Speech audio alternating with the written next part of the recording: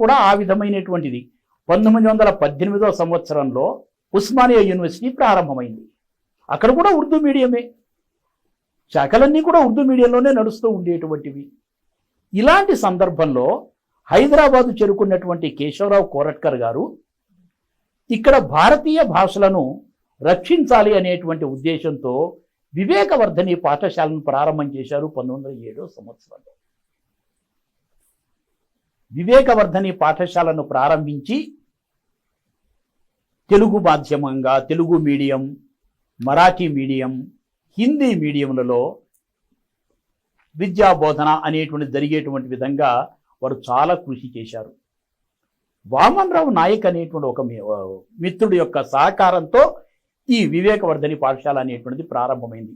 ఈ రోజున Vivekavardhini educational society మనకు కనిపిస్తున్నది. అంతేకాదు గుల్బర్గాలో శ్రీ విఠలరావు దామల్గావ్కర్ అనేటువంటి ఒక మిత్రుని యొక్క సహకారంతో నూతన్ విద్యాలయ అనేటువంటిది ప్రారంభం చేసి భారతీయ భాషలలో హిందువులకు సౌకర్యంగా ఉండేటువంటి విధంగా ఒక విద్యాలయాన్ని ప్రారంభించారు.